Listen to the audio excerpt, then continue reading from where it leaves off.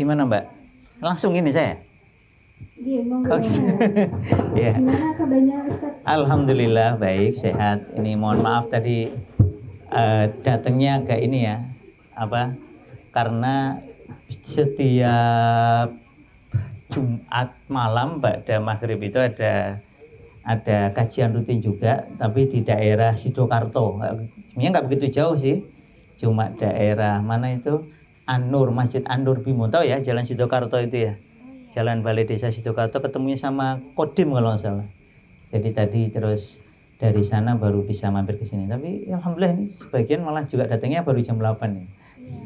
Kalau Ustaz Syakir itu mengusulkan kita ngisaan di sini terus jadi bisa mulai lebih awal. Tapi ya alhamdulillah. Gitu. Monggo, gimana? Langsung ya? Langsung apa enggak ini? Jadi saya bawa beberapa buku nanti. Yang pertama itu karena temanya itu tentang jadilah pemuda yang kuat, ora kakehan sambat. Ini saya ingin nunjukkan ke teman-teman yang muda-muda. Ini ada buku risetnya seorang mbak-mbak dan mak-mak ini. Mbak Selina Jan Muhammad itu riset tentang Young Muslim Changing the World. Ini saya sudah khatam baca, udah sekian tahun yang lalu. Ini ceritanya titip temen yang di Inggris.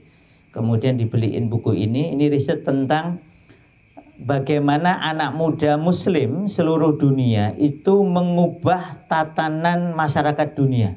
Jadi kalau ada yang bilang Gen Z itu lemah, anak muda itu mudah patah, itu dibuktikan dalam riset ini enggak juga sih, tergantung anak mudanya ngapain gitu. Ini bahkan perubahan dunia itu mereka lakukan itu di bidang food, makanan ya, drink, minuman. Kemudian di bidang lifestyle, gaya hidup, kayak cara berpakaian. Mungkin kalau mbak-mbak ini nggak merasa susah ya sekarang pakai jilbab ya. Tapi coba tanya sama ibu-ibu kalian. Pernah nggak ngobrol sama mak-mak kalian tentang masa muda mereka yang susah pakai jilbab?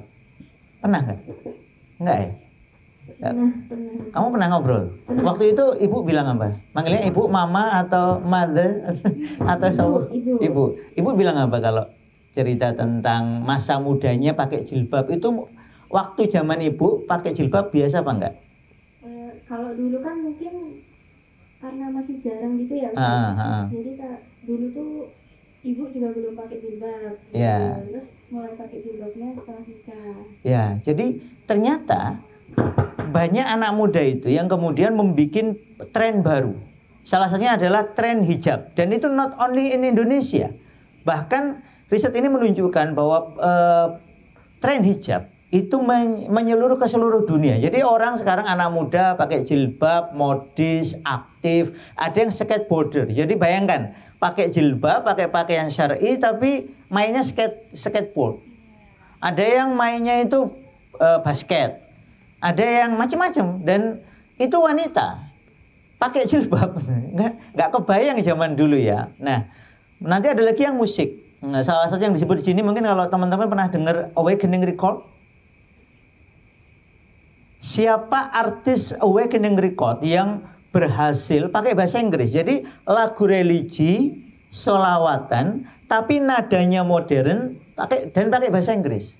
Itu ada orang yang pertama kali dianggap yang mendobrak semua itu. Siapa namanya?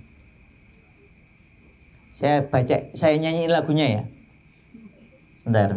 Karena lagu ini di 4 negara kalau nggak 5 negara. Allahu Allah, Allahu Allah,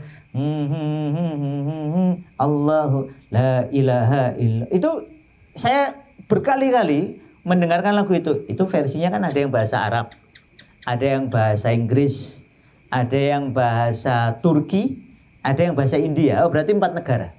Waktu itu belum kebayang, mereka belum kepikiran bahasa Indonesia. Mereka lupa kalau kita itu mayoritas. Nanti kepikirannya setelah juniornya ini. Siapa yang tahu lagu itu? Lagu yang terkenal lainnya itu lebih kalem. He was Muhammad sallallahu alaihi wasallam Muhammad. Bayangkan, bahasa Inggris dicampur dengan sholawatan, dimunculkan di Eropa dan Amerika Serikat dan jadi lagu yang hits. Ratusan juta orang mendengarkannya. Inilah pertama kali kemudian lagu-lagu religi yang didesain dengan sangat serius, video klipnya dibikin sangat bagus, itu kemudian memuncaki tangga-tangga hits. Anak-anak muda Muslim memiliki suara untuk disampaikan. Nah, ini diteliti di sini, Mbak Bu Selina ini. Nah, itu namanya belum tahu ya. Namanya itu ya mu'alim. Iya, Masya Allah. Ustaz Syakir ternyata gaul betul. Sami Yusuf betul. Ada yang bilang ya Sami Yusuf tadi. Nah, Sami Yusuf kemudian pecah kongsi sama Awakening Record. Tapi Awakening Record sudah punya tren, sudah punya pola.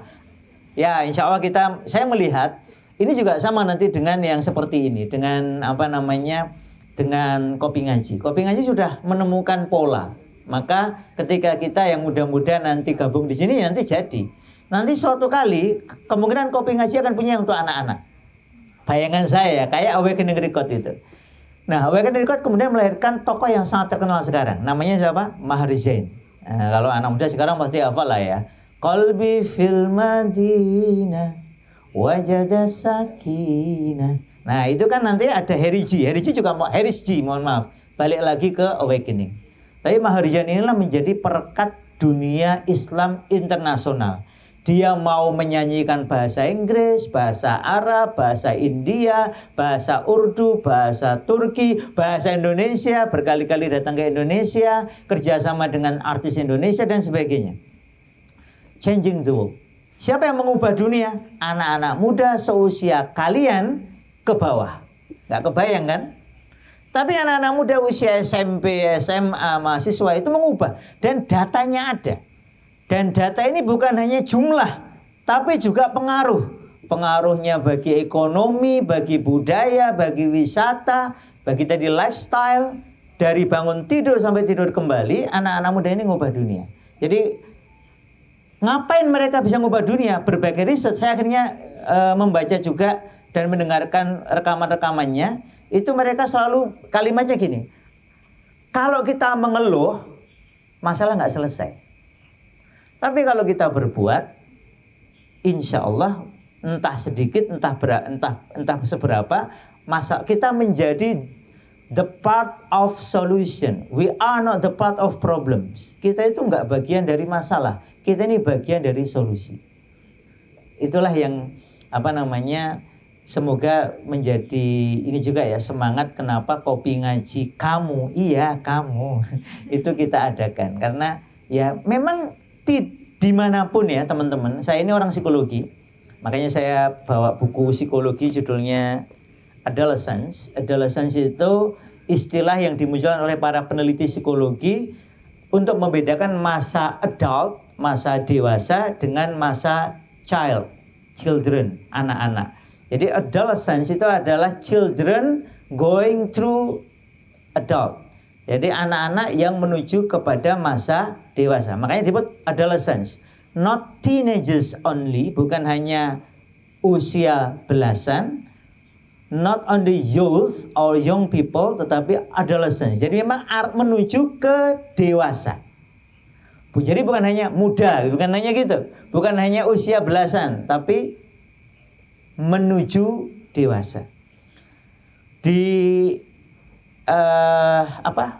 lembaga PBB yang ngurusi anak muda, ada yang tahu? UNICEF. UNICEF apa UNESCO? UNESCO, bukan UNICEF ya. UNICEF itu children ya kalau nggak salah ya. Kalau UNESCO itu anak muda ya. UNICEF apa UNESCO? UNICEF. Saya waktu itu diminta satu kementerian sebelum pandemi itu ngisi pelatihan untuk para, mereka nyebutnya apa sih ya, bahasa kerennya pokoknya remaja pilihan itulah. Remaja pilihan Indonesia gitu. Tempatnya tentu saja dipilih yang eksotis, tapi waktu itu Kopi Ngaji belum ada ya. Kalau Kopi Ngaji itu saya usulkan ke sini sebenarnya. Di hotel gitu pokoknya aneh-aneh lah, tapi ya saya karena cuma diminta ya saya datang. Lalu saya sampaikan definisi remaja atau youth atau adolescence menurut, saya lupa, UNESCO apa UNICEF? Ya, nah itu nanti ada. Ternyata adolescence atau remaja atau pemuda itu dia harus independen, memiliki independensi dan interdependensi. Jadi memiliki independensi, kemandirian dan interdependensi, kesaling tergantungan. Kalau kamu sebagai anak muda, ya kamu, para kawula muda itu sadar bahwa dia adalah part of community, bagian dari komunitas, bagian dari masyarakat yang memiliki tanggung jawab, maka tentu dia akan mau bergerak. Dia akan melihat, di kampungku ada masalah apa sih? Di kampusku ada masalah apa sih? Di sekolahku ada masalah apa sih? Nah, lalu setelah dia tahu masalah, kemudian dia mau berusaha nyelesain masalah. Nah, ini menurut saya pengertian yang sangat menarik buat kita renungkan. Berarti harusnya masa remaja itu masa kekuatan atau kelemahan? Lemah apa kuat? Harusnya remaja itu kuat apa lemah? Kuat. Jadi kalau ada yang bilang ABG itu anak baru gila, setuju nggak? ABG, anak baru gile. Setuju nggak? Enggak. Kalau ada yang bilang, profesor yang bilang, enggak, saya sebutkan nama profesornya. Profesor Dr. Granville Stanley Hall mengatakan, adolescence, masa remaja itu adalah age of madness, masa kegendengan. Kegilaan, ini memang dia nyebutnya madness. Versi yang lain dia nyebutnya storm and stress, masa badai dan tekanan. Setuju nggak? Yang bilang profesor loh ya. Kamu kalau nggak setuju harus nunjukin data loh ya. Dialah yang pertama kali membuat buku judulnya Adolescence. Tahu nggak tahun berapa? Zaman kolonial kata orang. Tahun 1904. Kita belum lahir kan? Merdeka aja belum. Wah, tapi terjajah sudah belum ya? Sudah ya. Nah, jadi masa itu diterbitkanlah buku Adolescence dan penulisnya seorang profesor doktor di bidang psikologi mengatakan bahwa remaja itu masa badai dan tekanan. Percaya nggak? Duh, profesor ya gimana kita ngelawan ini? Yang nggak percaya lalu bikin riset tandingan. Ternyata Pak Hall ini salah dia. Dia riset di remaja Amerika Serikat. Ternyata yang bermasalah cuma kira-kira 20%. Yang 20% atau di bawah 20% itu ternyata semuanya Jewish youngster, remaja Yahudi. Karena dia Yahudi, akhirnya dia menganggap yang normal kayak Yahudi. Kurang ajar nggak? Itu kayak sekarang Israel itu diserang kok. Israel itu dipukul duluan. Israel itu yang dizolimi, kan bahasa mereka kayak gitu. Nah, kemudian Palestina suruh ngalah. Seluruh dunia itu harus ngikuti mereka. Itu mirip plek dengan Hall. Prof. Hall ini mengatakan yang normal itu anak muda Yahudi itu. Berarti anak muda yang normal kata dia adalah yang mengalami badai dan tekanan. Kalau kamu remaja, kok kamu kuat, kok kamu nggak stres, kamu nggak normal. Loh, ini yang bilang dia loh, bukan saya. Itu ada di bukunya. Makanya lalu ahli yang lain selain neliti, contohnya ya, penelitiannya itu barengan dengan Kongres Pemuda kedua di Indonesia. Ayo tahu nggak?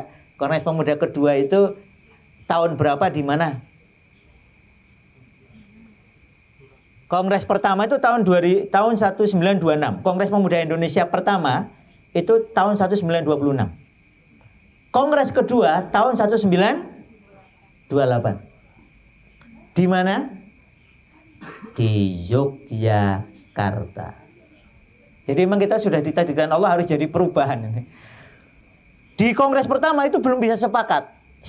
Kan mereka sepakat gini, kita ini ada Jong Java, ada Jong Celebes, ada Jong Minahasa, ada Jong Islamitian Bond, ada Jong, pemuda lah ya.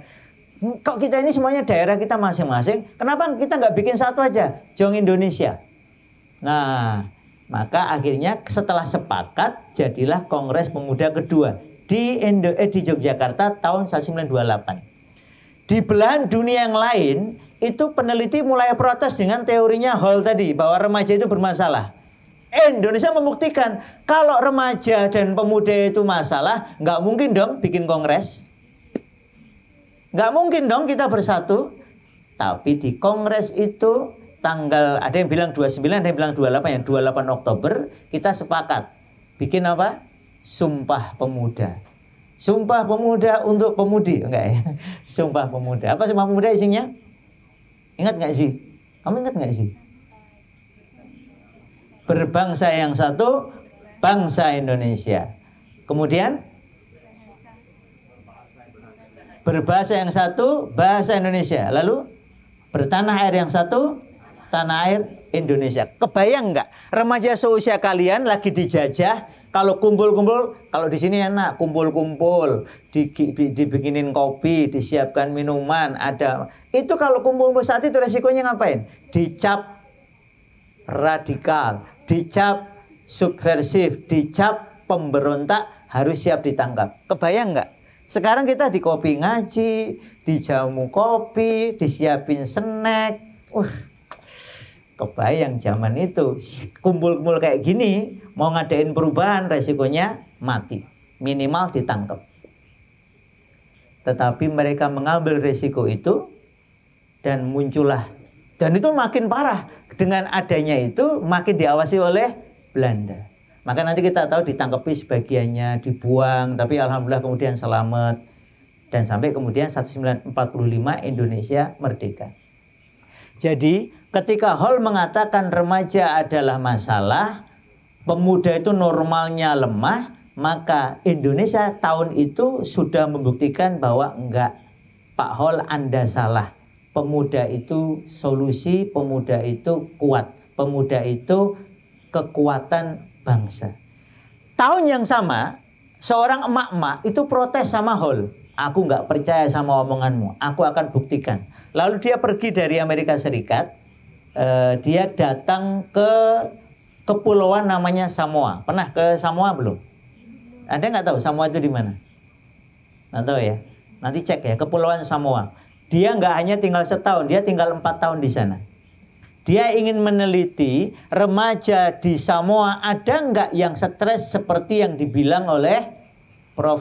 Hall tadi itu.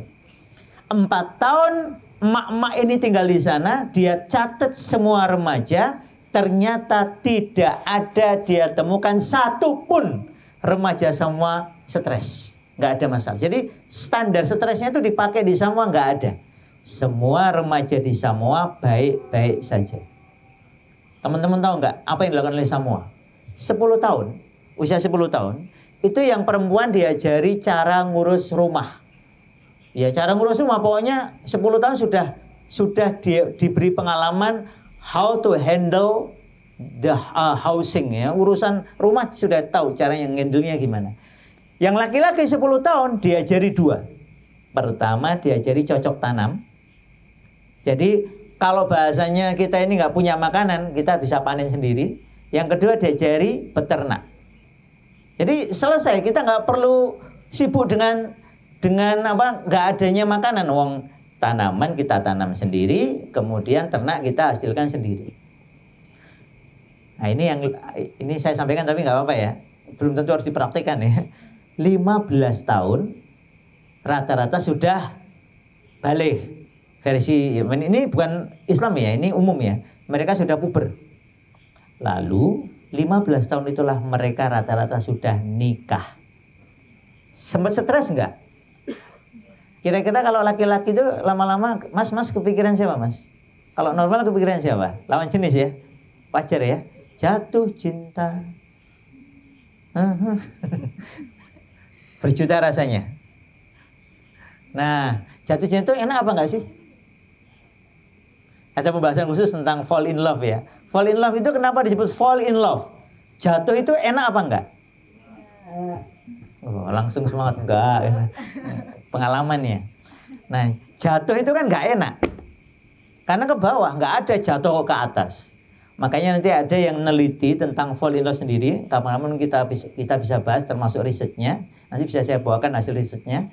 Itu ternyata, tapi ringkasnya gini, orang jatuh cinta itu rata-rata bermasalah.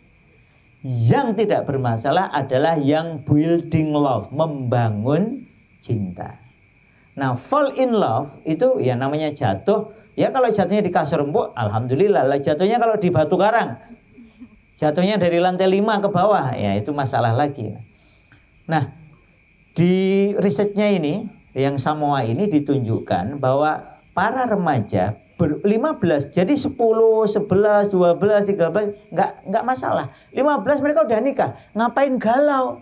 Di rumah sudah ada suami, sudah ada istri. Sudah, mereka enggak bingung dengan pekerjaan, mereka enggak bingung dengan urusan rumah tangga, selesai. Sehingga rata-rata 15 tahun remaja itu enggak ada masalah.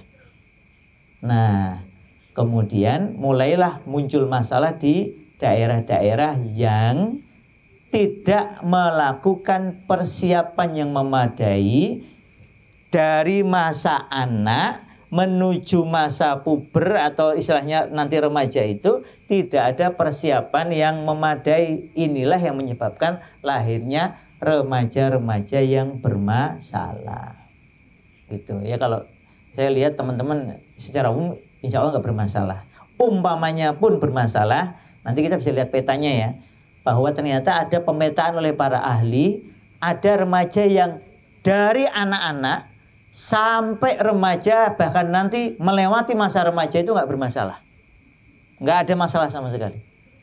Itu dicantumkan dalam Al-Quran ada, di kisah-kisah Indonesia ada, di riset ada, disebut namanya identity foreclosure. Jadi kuat dari awal, no problem. Namanya identity foreclosure. Dari masa anak-anak masuk ke remaja, everything just fine. Tapi memang ada, ketika pendidikannya kurang kokoh di masa anak-anak, dia sempat goncang, sempat goyah. Ada nggak yang ngalami kayak gitu? Goncang goyahnya itu kenapa? Saya sebutin ya, karena 3 hal. Biasanya 1 di antara 3 atau 2 di antara 3 atau 3-tiganya. Pertama adalah masalah religi. Pernah nggak teman-teman ngalami mamanya mbak kan pakai jilbab nih. Pernah nggak merasa nggak yakin bahwa jilbab itu wajib? Ragu-ragu, aku pakai jilbab nggak ya? Kalau yang laki-laki mungkin ya jangan pakai jilbab ya, malah bahaya ya. Sholat. Pernah nggak teman-teman tuh ragu-ragu pentingnya sholat? Bahkan kemudian pernah meninggalkan sholat. Riset membuktikan kegelisahan pertama dan utama para remaja adalah about religion, about belief, tentang agama, tentang keyakinan. Jadi kita mempertanyakan, ngapain aku harus sholat? Ngapain perempuan harus pakai jilbab? Ngapain harus nutup aurat? Jadi pertanyaan-pertanyaan berkaitan dengan keyakinan, dengan agama. Itu isu pertama para remaja. Yang kedua, itu berkaitan dengan pekerjaan dan masa depan. Besok aku kerja apa ya? Besok aku jadi apa ya? Besok aku kayak apa ya? Jadi berkaitan dengan kamu itu mau kerja apa, mau bisnis apa, terus besok dapat uangnya dari mana. Jadi urusannya itu urusan pekerjaan, penghidupan. Ini isu yang kedua. Ada yang ngalami kayak itu enggak? Ini Syeka, kamu besok mau jadi apa kah? Jadi orang yang bermanfaat. Kayak jelas kan ini. Memang kamu nggak bermanfaat sekarang. Berarti lebih bermanfaat lagi. Ji, kamu menjadi apa sih? Mau jadi auditor. Auditor pajak maksudnya? Ya. Oh, nanti temuin sama orang pajak. Nah, mamanya mau jadi auditor pajak. Nanti kan bisa digali ngapain dan sebagainya. Nah, orang itu ketika kegelisahannya itu kadang umpamanya, Ji sudah nyebut auditor, tapi benar nggak dia yakin dengan jadi auditor? Belum tentu yakin.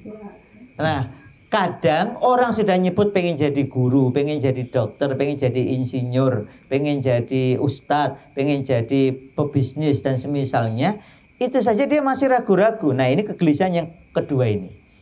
Kemudian yang ketiga masalah jodoh. Nah, ini jelas ini. Betul ya? Kecuali Ustaz Syakir dan saya ada yang sudah nikah ini. Enggak tahu kalau udah nikah ya? Udah nikah, alhamdulillah. Berarti masalah jodoh harusnya beberapa sudah selesai ya. Tapi yang belum nikah, kepikiran nggak? Besok mau nikah nggak? Kepikiran. Nikahnya sama siapa? Nggak usah dipikirkan kalau itu. Makanya dalam Islam itu kita nggak usah mikirkan sama siapa, tapi mikirkannya kriterianya apa. Nah, jadi karena kalau sama siapa itu repot. Saya itu punya temen, orang dulu anak kampus juga, itu sampai tunangan. Karena dia kepikirannya nikahnya harus sama itu.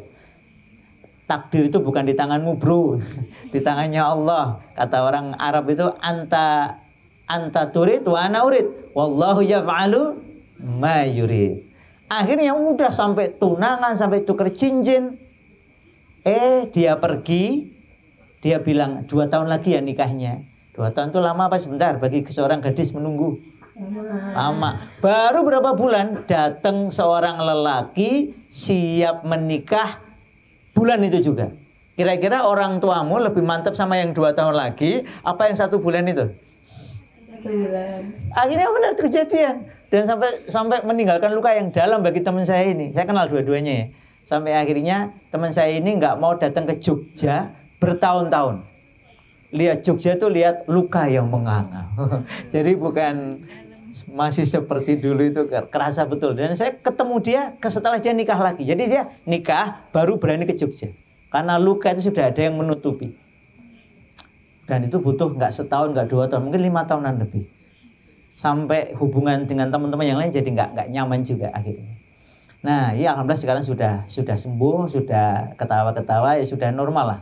Walaupun dia kayaknya sudah nikah lagi ini. Jadi cerai terus nikah lagi. Nah, nikah yang kedua ini alhamdulillah sudah normal. Karena hubungannya saya lihat sudah baik-baik saja. Jadi teman-teman semua, ada 3 isu utama ini. Pertanyaannya, ada nggak anak-anak muda yang galau dengan agamanya sampai meninggalkan sholat mamanya? Kemudian galau dengan pekerjaannya sampai bingung gonta-ganti pekerjaan, nggak jelas cita-citanya. Sudah kuliah ragu-ragu dengan jurusannya. Ada nggak ini yang kuliah terus bingung dengan kuliah, kayaknya aku salah jurusan nih? Ada. Saya sempat menangani kasus di UAD, ya, kasus. Karena ceritanya dia itu sudah kuliah, sudah ngabisin banyak dana, orang luar Jawa, kemudian mau keluar dari kampusnya ini. Saya ajak ngobrol. Sebenarnya kamu intinya ringkas cerita, setelah ngobrol itu saya ajak dia bikin peta tertulis biar dia paham apa dia mau kemana sih. Alhamdulillah setengah jam ngobrol bikin peta, dia kemudian tahu, oke. Dia sudah tahu, oh berarti ini bisa ya membantu saya untuk mencapai tujuan kamu. Ya nggak tahu saya tujuanmu apa, disepakati dulu. Oke.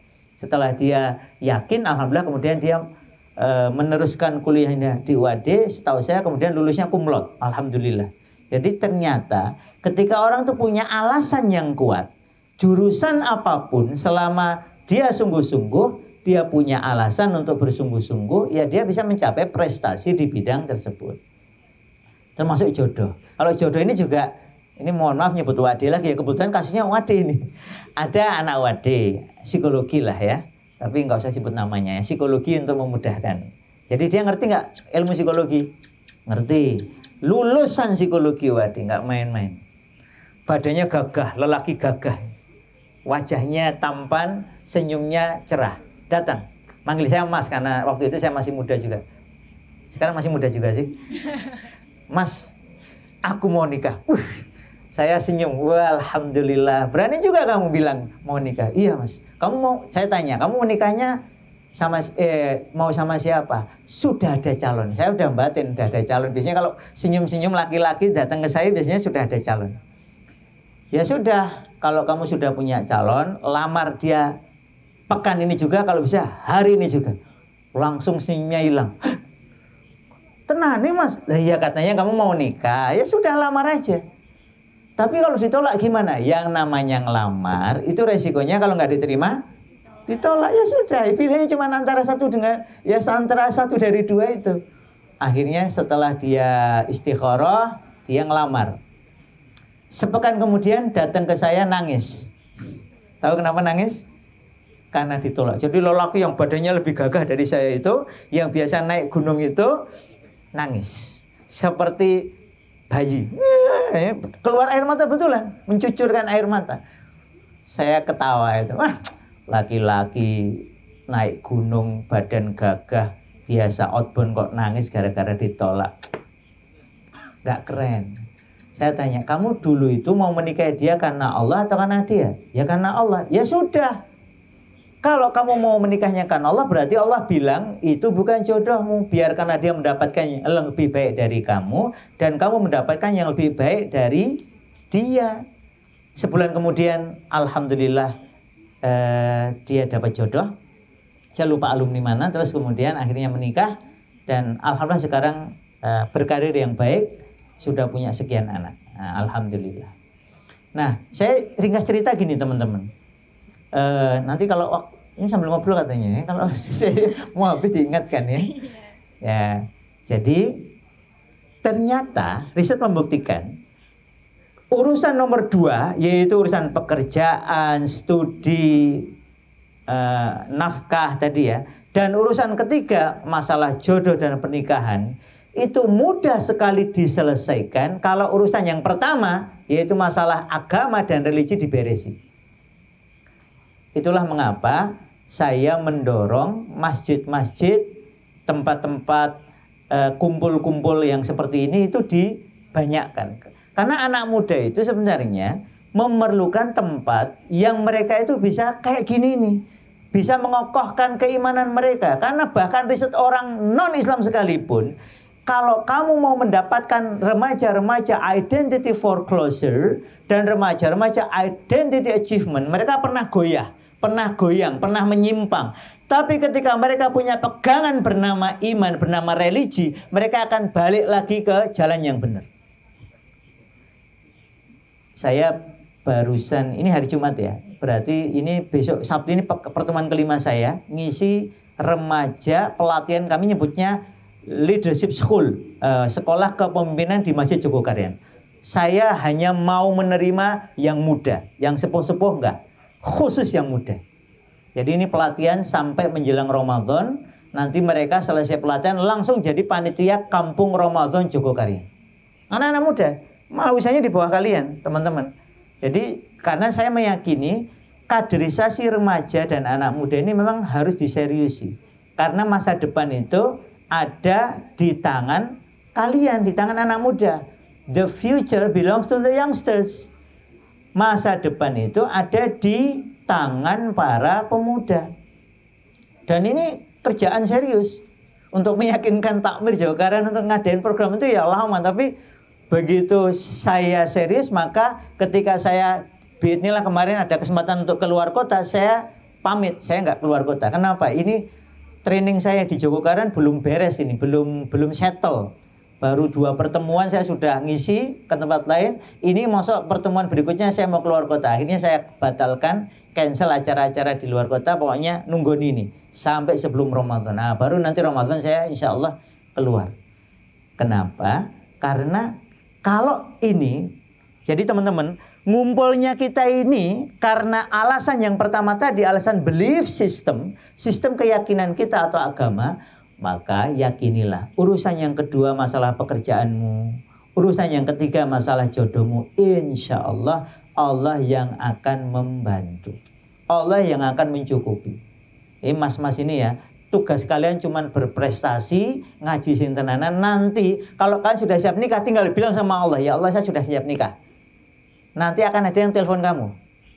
Assalamualaikum, gimana kabarnya mas? Sudah siap nikah belum? Saya ngalami itu. Jadi begitu saya sudah mantap nikah, itu tiba-tiba diteleponi orang-orang, para senior itu. Wah, ditawari nikah, alhamdulillah. Ternyata memang Allah itu maha mendengarkan doa. Tapi kalau belum siap ya nggak usah lirak-lirik, nggak usah gaya-gaya, karena memang belum siap. Jadi jangan kokean sambat. Ini kalian itu masa kuatnya. Al-Quran menyebut masa muda itu sebagai masa kekuatan. Dan Al-Quran tidak pernah salah. Riset-riset kemudian membuktikan bahwa memang pernyataan Hall tadi yang bilang masa remaja masa normal untuk bermasalah itu sama sekali tidak benar. Memang ada nggak remaja bermasalah? Ada. Disebut di sini namanya identity diffusion, bingungi. Diffusi itu kan bingungi. Jadi galau. Ada juga moratorium. Moratorium itu pengen baik tapi belum bisa baik. Pengen sih masuk surga, tapi kayaknya suruh ngaji belum tentu mau istiqomah. Mau sholatnya kadang bolong-bolong, tapi pengen baik. Nah, jadi dua tipikal ini ya nggak apa-apa. Yang penting kita sadar, kita petakan, kemudian kita melangkah pelan-pelan menuju ke arah perbaikan. Jadi kalau hari ini kamu itu moratorium, pengen baik tapi kok rasanya belum semuanya baik, ya acara kayak gini nih yang memang diadakan untuk kamu biar kamu punya alasan untuk punya ikatan tadi. Kemudian kalau kamu sudah pernah menyimpang, sudah pernah bermasalah, alhamdulillah sekarang mau baik, ya acara ini juga buat kamu agar kamu istiqomah dalam kebaikan. Terus mamanya nggak tahu nih Zi sama si K ini mamanya dari awal alhamdulillah baik terus nggak kalian? Saya nggak tahu loh ya, moga-moga ya. Terus bagaimana biar tetap baik, biar masa dewasanya makin produktif? Ya acara kayak gini yang kamu perlukan agar kamu itu punya pegangan dalam menempuh jalan kehidupan ke depan. Nah, nanti insya Allah pekan depan juga Mas Beta ya, Ustadz Beta, menantunya Ustadz Syakir yang akan menemani. Nah itu juga bisa nanti beliau bisa banyak cerita bagaimana mengarungi masa muda dan sampai alhamdulillah kemudian dapat kesempatan untuk belajar di Malaysia. Hari ini kan Malaysia kata Dr. Zakir Naik adalah negara Islam yang paling layak dihuni di muka bumi ini. Mohon maaf Indonesia kalah ya. Dan menariknya kata Dr. Zakir Naik itu mengalahkan Turki, mengalahkan Qatar, mengalahkan luar biasa nih pernyataan Dr. Zakir Naik ini. Karena beliau kan sudah hampir ke semua negara Islam dan menyatakan Malaysia hari ini adalah tempat negara yang paling layak dihuni. Nah, kita bisa mendengarkan penuturan dari Mas Beta. Begitu, Mbak-mbak? Mungkin karena waktunya tinggal. Ini tadi saya juga ingin menunjukkan sebenarnya ada riset yang lain. Ini risetnya Khalid Santut ini. Ini riset yang membongkar kesalahannya Grenfell Hall menurut psikologi maupun menurut Islam.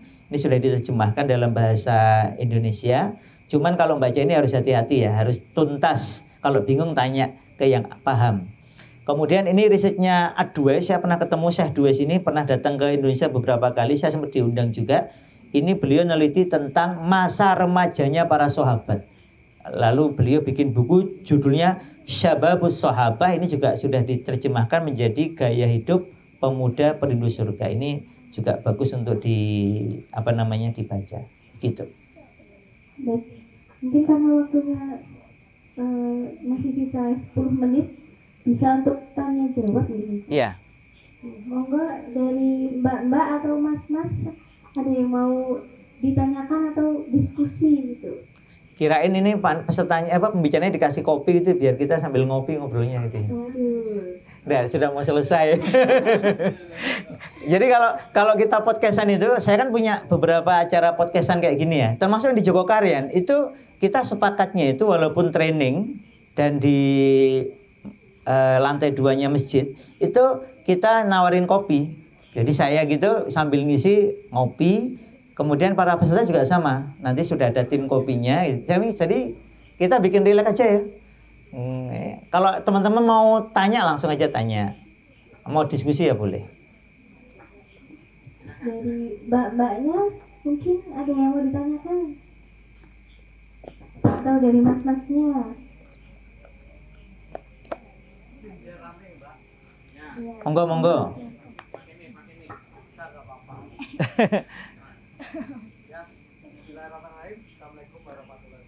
Waalaikumsalam warahmatullahi wabarakatuh. Yang mulai nggak akan ada yang bertanya. Ini perkenalan, saya Eko Prayitno, saya dari Kebusuk. Alhamdulillah. Tempatnya Pak Harto berarti ya? Ini saya sudah duta Kokam. Oh iya. Saya hanya sedikit bertanya dengan fenomena anak kami sekarang. Saya juga punya kegiatan Pak. Alhamdulillah saya juga punya kegiatan. Sini Mas, salah sini lah Bapak. IKY Yayasan Insan Karimah di Jakarta. Alhamdulillah saya ketuanya Jatim dulu. Kok Saya ketuanya. besok pakainya kalau pembicara pakai gelas Saya saja, punya dicuci pertanyaan, gitu. yaitu tentang Ini apain? anak-anak Kopi muda apa teh? sekarang. Oh iya, saya tak Sekarang kopi itu, aja.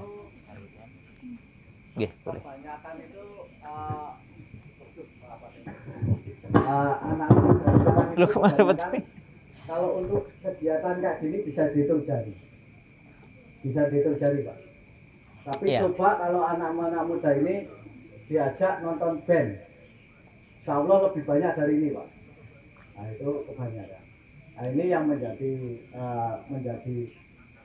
pertanyaan saya, rujukan gimana anak-anak muda itu senang duduk di majelis ilmu, termasuk senang mencintai masjid Pak. Nah, yang menjadi pokok masalah antara senang di majelis ilmu atau di masjid itu kebanyakan dikuasai oleh takmir tua. Tidak Pak Ustaz. Takmir tua yang tidak mau untuk Lengser. menerima masukan dari anak muda atau lengser dari anak muda. Nah, untuk di Jogokaryan saya sangat dekat Pak. Dari Ustaznya saja itu saya dekat banget Pak. Beliau sama almarhum Ustaz Abbas Fani. Oh sama Mas Mani kenal juga? Abbas Fani itu ya dulu yang mendidik saya. Masya Allah. Abbas Fani sampai beberapa ustaz di sana termasuk saya dekat. Nah, ini yang saya ingin untuk pembelajaran gimana anak-anak muda ini mau mencintai masjid walaupun takmir itu tidak mau kita. Nah, dalam arti tidak mau kita itu karpe gelem ngatur awake dhewe ning ra gelem diatur anak muda. Nah, itu satu pertanyaan. Yang kedua yaitu gimana anak-anak muda sekarang itu mau duduk di majelis ilmu daripada duduk lihat konser. Nah, itu yang kedua.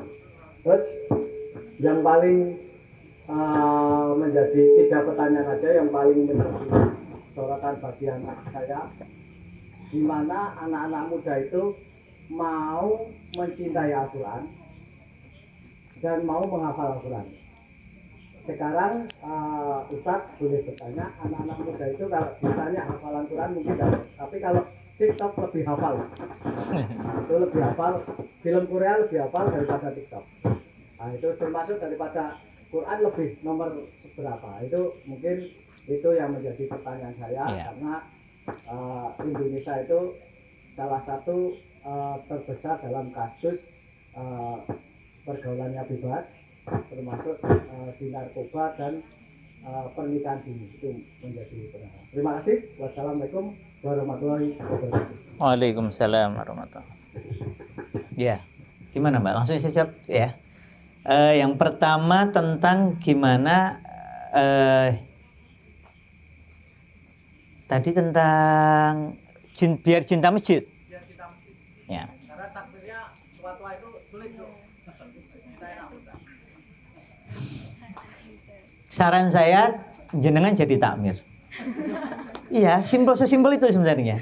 Jadi kadang kita ini selalu, saya kan kalau di Jogokaryan memang ketua takmirnya aja junior saya. Jadi saking mudanya Jogokaryan itu kesepakatannya kalau bisa ketua takmir itu memang yang muda-muda. Jadi kan junior saya namanya Mas Rizky Rahim.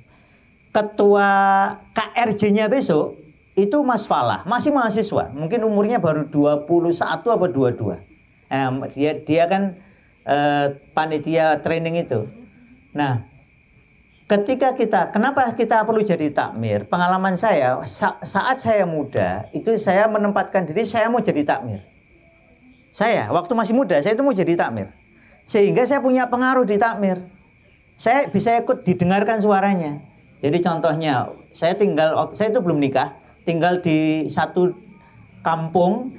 Nah, kampung itu punya masjid. Saya sering deketi ketua takmirnya, para seniornya. Sampai kemudian suatu kali itu kejadian, ada simbah-simbah ngimami, Qurannya jelek. Saya diajak rapat tiba-tiba. Sini Mas Watan. Nampak ya Pak? Rapat. Wah, tadi ada kejadian. Marah-marah beliau itu. Itu kebetulan beliau ketua PRM di situ kalau nggak salah.